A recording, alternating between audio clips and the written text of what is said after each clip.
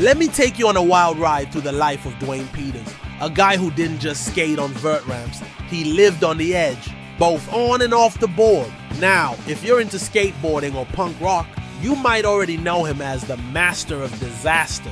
But even if you've never heard of him, buckle up because this story has all the twists and turns of a skate session gone rogue. Duane Peters was born on June 12, 1961 in Anaheim, California. Yeah, Anaheim, home of Disneyland, the happiest place on earth. But for Duane, life was far from a fairy tale. His parents split when he was just 9, and he ended up living with his dad, a used car salesman. Now, picture this. A young Duane, already rebellious, probably seeing more deals and hustles than bedtime stories. School? Not his thing. He skipped it more than he attended. I mean, who among us hasn't dreamed of ditching school, right? But his dad wasn't having it and sent him off to live with relatives on a farm in Michigan for a year. Can you imagine that? Going from California sunshine to, well, farm life in Michigan. No wonder the guy had a bit of an edge. When Duane came back to California, he was 14 and school still didn't vibe with him, so he dropped out. But here's where it gets interesting. Duane, like so many legends, found his calling in the streets. The underground skateboarding scene was just starting to bubble up. And Duane, always the DIY type, cut a piece of wood, slapped on some roller skate wheels, and just like that, he was rolling. He once said, "I got into skateboarding because it wasn't a sport." Think about that for a second. Skateboarding wasn't about rules or teams. It was pure rebellion, a way to carve out his own path, literally. And Duane, well, he was never one to conform. He surf skated the sidewalks of Newport Beach, pulling off tricks long before anyone knew what an ollie even was. And when he wasn't skating the streets, he and his crew were hitting empty swimming pools, running from the cops. I bet those chases were as thrilling as any competition. Now, let's talk about punk rock. 1977 was a game changer for Duane. Skateboarding led him straight into the heart of the punk scene, thanks to the Ramones. If you know the Ramones, you know how that raw, fast sound can get under your skin and make you feel invincible. Duane traded in his long blonde locks for a punk mohawk, embracing the lifestyle fully. It wasn't just about music, it was an attitude, a way of life. And here's something to chew on. Duane didn't just ride the wave of punk and skateboarding, he helped shape it. Alongside Steve Olson, he was one of the first to blend the two worlds. Imagine being there at the birth of a culture, not just witnessing it, but driving it forward. Duane Peters wasn't just a skater, he was an innovator. We're talking tricks that are still being pulled off today. The acid drop, in the air, disaster, layback rollout, fakie foot plant, sweeper, backside layback grind revert, and the invert revert. If you skate, these terms probably get your blood pumping. If you don't, just know that Duane was inventing moves that pushed the limits of what was possible on a skateboard. Alright, let's dive into one of the craziest, most iconic moments in skateboarding history, Duane Peters and the Loop of Death. Now, if you've ever heard of Evel Knievel, you know the kind of guts it takes to pull off stunts that defy gravity. Well, Duane took that daredevil spirit and brought it to skateboarding in a way that still blows people's minds. It was 1978, and Duane, already known as the Sid Vicious of skateboarding, and for good reason, teamed up with Skitch Hitchcock to do something no one had really seen before, an upside-down full revolution on a loop track. This wasn't just any loop, though. It was a steel and plexiglass monster built for the Skateboard Mania show. Just imagine standing in front of that thing, knowing you're about to attempt what they called the Loop of Death, or the Loop of Life, depending on how optimistic you were feeling. This legendary loop was set up at Cuckoo's Nest, a punk club in Costa Mesa. If you know anything about that place, you know it was ground zero for the Southern California punk scene, raw, wild, and anything but ordinary. The whole event was like the perfect storm of punk rock chaos and skateboarding insanity. For Duane, pulling off this stunt wasn't just about the glory, it shaped his career in a way that nothing else could. Sure, he was already known as an all-around skater, someone who could dominate both the ramps and the streets, but this was next level. Now, listen to this. When they asked Duane what kind of track he wanted, he said, Hot Wheels track. Why? Because Evel Knievel was his idol, and if you're gonna risk your neck, you might as well do it like your hero. He didn't stop there though. He wanted it 14 feet tall, just like the Mount Baldy pipeline. The guy had a vision, and it wasn't just about surviving the loop, it was about making a statement. And get this, The whole reason he took on the loop of death wasn't just for the thrill. He needed the cash. Duane put it bluntly, saying, "I needed the money because when my generation ran out of money, no one was paying our rent. Vertical skateboarders used to be broke guys." That's the reality of it. Back then, skating wasn't the billion-dollar industry it is today. These guys were pioneers, living on the edge, literally and financially. So what do you think? Could you see yourself staring down a 14-foot loop with your rent on the line and the eyes of the punk rock world on you? Duane Peters did, and he nailed it, not just because he wanted to, but because he had to. That's the kind of pressure that forges legends. Now, if you think his impact was limited to just skateboarding, think again. Music wasn't just a hobby for him. It was a serious passion, almost an obsession. From the age of 17, Duane was channeling whatever pocket money he earned from skate contests straight into musical gear for his band. That says a lot about where his priorities were. For him, it wasn't about the money. It was about being seen, being heard, making a mark. He once said, "I didn't want any money, I just wanted to be seen." That's the punk ethos right there. It wasn't about fame or fortune. It was about the message, the vibe, the energy. And in a way, music and skateboarding fed into each other. Duane firmly believed that punk saved skateboarding. Think about that for a second. Skateboarding was in a bit of a slump, and it was the raw, rebellious energy of punk that brought it back to life. You've got skaters like Steve Olson, Steve Albers, and of course, Duane himself leading the charge. They took skateboarding away from its surf roots and dragged it into the gritty, chaotic world of punk and indie music. Ian Borden, the author of Skateboarding in the City, put it perfectly. These guys replaced the Led Zeppelin and Ways with the Clash, bold colors, and sharp geometric patterns. It was a cultural shift, and Duane was right at the heart of it. Fast forward to 1993, and Duane is hanging with the Jacks, this skate crew out of San Francisco. That's when he formed US Bombs with Kerry Martinez.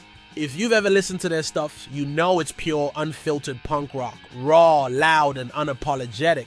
But Duane didn't stop there. He was a part of several other bands too. Die Huns, Political Crap, Exploding Fuck Dolls, and Duane Peters' Gunfight. The guy was a one-man punk rock factory. On top of all that, he even started 2 record labels, Disaster Records and Indian Recordings. And it's like he couldn't just be a part of the scene. He had to create it, mold it, push it forward. But it wasn't all music and skateboarding. Duane's life had his dark side too. He quit heroin in his mid-30s after a 15-year habit that saw him behind bars 6 or 7 times. Quitting wasn't easy, and like a lot of people, he ended up swapping one vice for another: alcohol.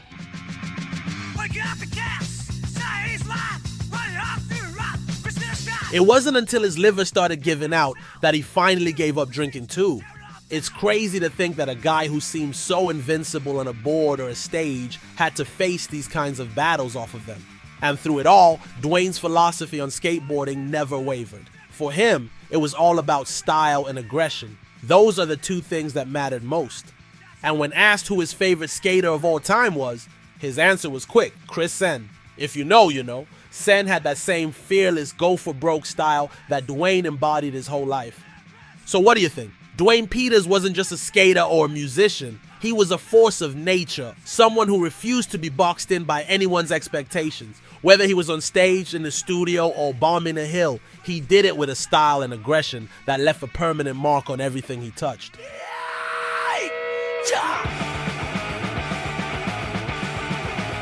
We're not stopping here, so don't forget to subscribe to this channel and hit the like button before we continue. Are you ready? Are you really ready? Okay, let's go. Let's talk about how Duane Peters kept pushing the limits even as he got older. Most skaters start to slow down as the years go by, but not Duane. He prolonged his professional skateboarding career well into his 40s, still hitting skate demos and those legendary gatherings where all the old school greats come together. Imagine that, skating with the same fire and aggression when most people are thinking about hanging it up. But with that kind of dedication comes a toll, and Duane's body paid the price. We're talking about a guy who broke his collarbone 16 times. 16! And that's just the beginning. He's broken his elbows, arms, a leg, and literally every finger and toe. Some of those injuries came from skateboarding, no surprise there. But others, They were the result of physical run-ins with the cops, motorcycle crashes, and car wrecks, usually while he was under the influence of something. Duane wasn't just living on the edge, he was teetering right over it. Beyond the skate parks and the punk shows, Duane was a father. He had 3 kids, Skylar, born in 1985, and Chelsea, born in 1987 from his relationship with Eva. Then there's Clash Thomas, born in 2004 from his marriage to Corey Parks, a bass player. But life threw a devastating blow his way in 2007 when his son Chelsea, also known as Chess, died in a car accident at just 20 years old. Rest in peace, the homie Chess. Chess was following in his dad's footsteps, becoming an accomplished skater in his own right. Losing a child like that, it's something no one should have to go through, and you can bet it left a deep mark on Duane. Physically, Duane's been through the ringer too. He stands 5'8", 1.73 meters, but he's lost 2 front teeth, one from a fist fight and another from a microphone that went flying during the show. The guy is tough as nails, but he's got the scars to prove it. And if you ever see him in person, you might notice the tattoos on his fingers. On his right hand, he's got the letters S-T-A-Y inked across his knuckles, and on the left, it's A-W-A-Y. Stay away, a message that pretty much sums up his attitude toward anyone who doesn't get what he's about. In 2015, Duane Peters was inducted into the Skateboarding Hall of Fame. It's a recognition that feels almost overdue for someone who's done as much for the sport as he has. But here's the thing, whether he was getting accolades or just skating for the hell of it, Duane always stayed true to himself. He's a punk rocker, a skater, a father, a survivor. After living a life on the edge for decades, things took a dark turn for Duane Peters in 2014. That year, he was arrested for domestic violence, and from there, it seemed like everything started spiraling downhill. For someone who had always thrived in chaos, this marked a new kind of low. When he got back out on the streets, it was clear that something had shifted. Duane wasn't the same. The punk rock legend who had once stood tall against the system now seemed to be crumbling under the weight of his own demons. In 2016, Duane began making headlines again, but not for his skating or music. This time, it was for the controversial and inflammatory posts he started making on Instagram.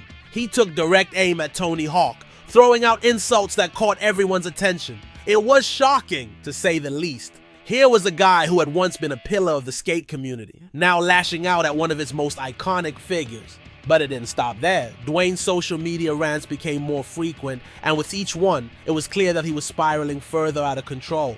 The man who once inspired a generation was now making headlines for all the wrong reasons.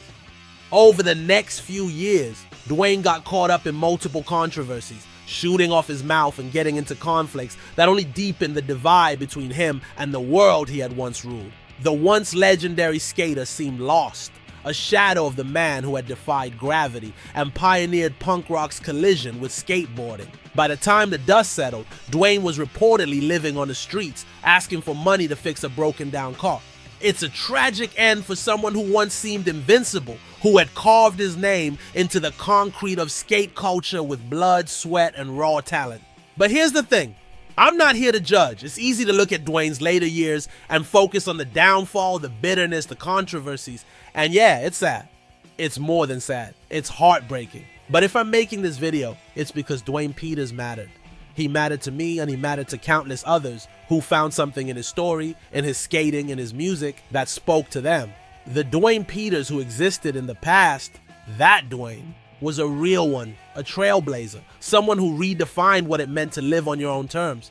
But hey, feel free to drop your thoughts in the comments. I'm not fully up to speed on all the controversies because I tend to focus more on the positive than the negative, but every opinion and dialogue is welcome here. We don't get to rewrite history, and we don't get to erase the impact he had just because the story took a dark turn. The man got old, and he got bitter, but that doesn't erase the influence he left behind. It's a complicated legacy, sure, but isn't that what makes it real? So here's to Duane Peters, the skater, the punk, the survivor. For better or worse, he left a mark that won't be forgotten. And whether you remember him for the highs or the lows, you have to admit, Duane Peters lived his life without holding back. His life story is a testament to the idea that you don't have to be perfect to be influential. You don't have to have it all figured out to make an impact. In fact, it's the rough edges, the scars, the mistakes. That's what people connect with. Duane Peters didn't just show us how to skate or how to play punk rock. He showed us that it's okay to fall as long as you get back up, even if it takes a few tries. He's had his share of lows, but Duane's also had highs that most people can only dream of. He's inspired countless skaters and musicians to carve their own paths, to reject what society tells them they should be, and to live on their own terms. Even today, you can see his influence in every kid who picks up a skateboard or starts a garage band. They might not know his name, but they're following in his footsteps, whether they realize it or not. So where does that leave us? Duane Peters is more than just a skater or a musician. He's a survivor, a creator, a fighter. He's lived a life that most people wouldn't survive, let alone thrive in. And through all the highs and lows, he stayed true to himself, never compromising, never backing down. In a world that's always trying to put people in boxes, Duane Peters broke the mold and kept breaking it over and over again. That's what makes him a legend. Not just in skateboarding, not just in punk rock, but in life. So here's the deal. If you're into stories like this, if you're drawn to the raw, unfiltered truth about the people who break the mold, then you're in the right place. Hit that subscribe button, smash the likes, and stick around, because there's plenty more where this came from. We're just getting started, and trust me, you don't want to miss what's next. Remember, life's too short to play it safe. Be bold, stay true, and never stop chasing what sets your soul on fire. Oh, and don't forget to respect your mama and brush your teeth. See ya. Wake up the gas! Say he's live!